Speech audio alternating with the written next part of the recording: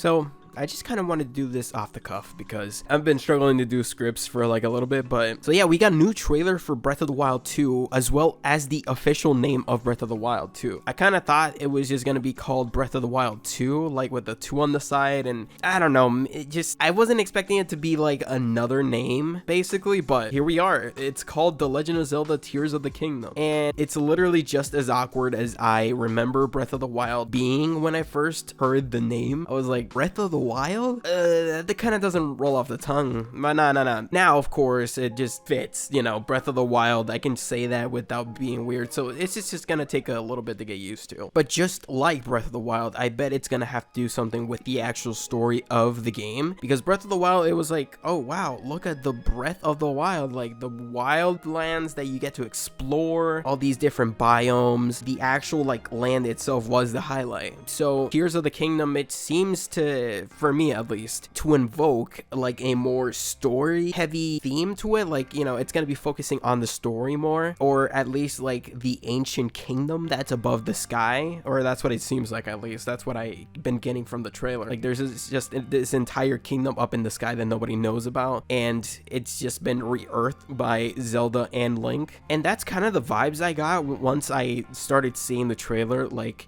in this beginning shot where you get this like mellowed piano piece, there's like hieroglyphics, like just like we saw in Breath of the Wild. Like there was these guardians and on the tapestries, you know, just symbolism. And we seem to be getting that again, like with ancient warriors and Ganon's malice somehow corrupting them. That's kind of what I'm getting. And then we're probably gonna have to face this giant foe and collect these small little emblems. Maybe that's the keys to unlocking this thing, and it's gonna be like in Hyrule Castle or something. I just have a feeling like it's gonna be the final boss, or Ganon's gonna corrupt it somehow. And then there's this shot right here, which seems to have the same position as this guy, which we thought was Ganon. It could probably still be Ganon, but it just seems to be like this guy that got stopped by this hand, got corrupted by malice. And then I don't know, it just seems to be like this is the guy that got stopped by the magic hand, the brrr, you know, the brrr. And of course we get this weeping shot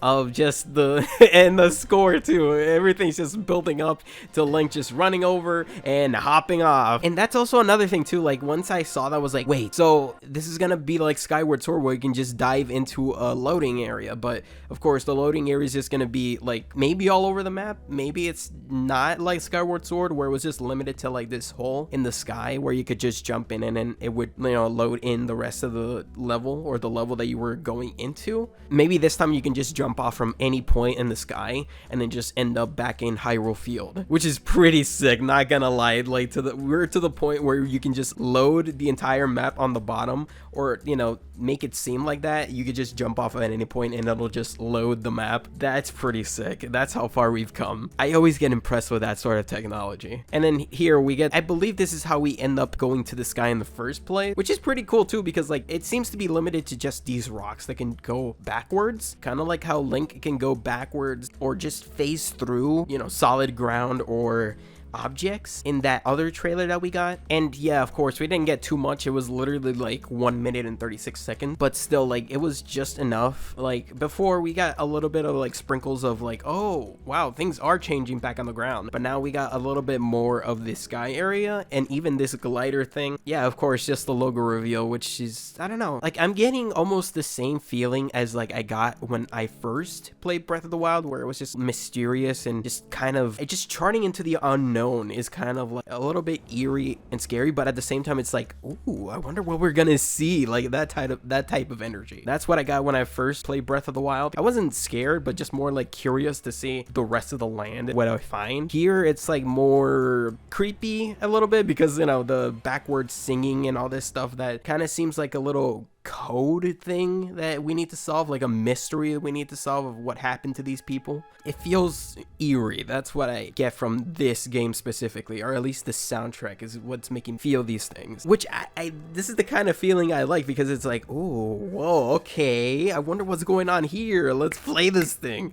But yeah, it's crazy. I wasn't here for like Majora's Mask when that came out. It's almost crazy to see like we're getting a sequel to like the same game, but it's called something else. Like, I don't know, that at least to me that's weird, but it's like cool that we're getting a sequel to a game we already knew a lot of. It almost feels like an expansion, but you know, a new game. It's weird. I don't know how to exactly explain it, but I'm liking it so far. And I think that's just the major consensus I can say. Like, I've been liking this game so far. I think like if you look back during E3, I was like, oh my god, Breath of the Wild, oh my god, yeah.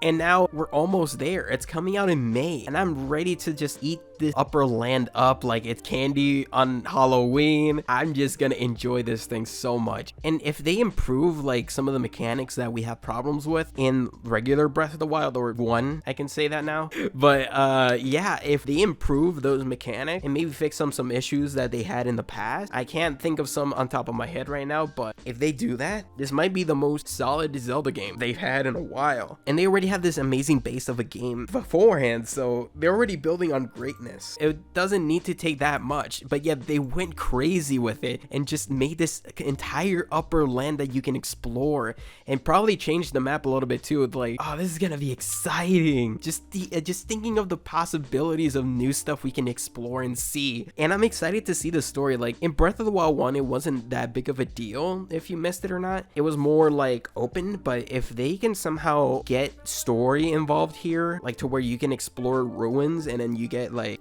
you can kind of do in Breath of the Wild, but it's not emphasized. But if we get that here and the story is like amazing, that's literally my dream Zelda game, like my literal dream Breath of the Wild. We get an amazing story with like this cool imagery and just like solid mechanics, like 2 majorly expanded worlds, one on the ground and one on the top. That's cool, man. And this is all running on the Switch too. Oh, I'm so excited. I can't wait for this game. But yeah, I think I said pretty much everything that I can say right now. You know, the release date is in May, which I was kind of flabbergasted because it was like, oh wow, okay, they took a little bit, but we're almost there, literally just a few more months. If they had shown more, I think I would have had more to say, but I think I'm pretty good with how I'm leaving this off. I'm just really excited for it, and yeah, can't wait. Hope you guys have a fantastic day, and I'll see you guys later. See ya.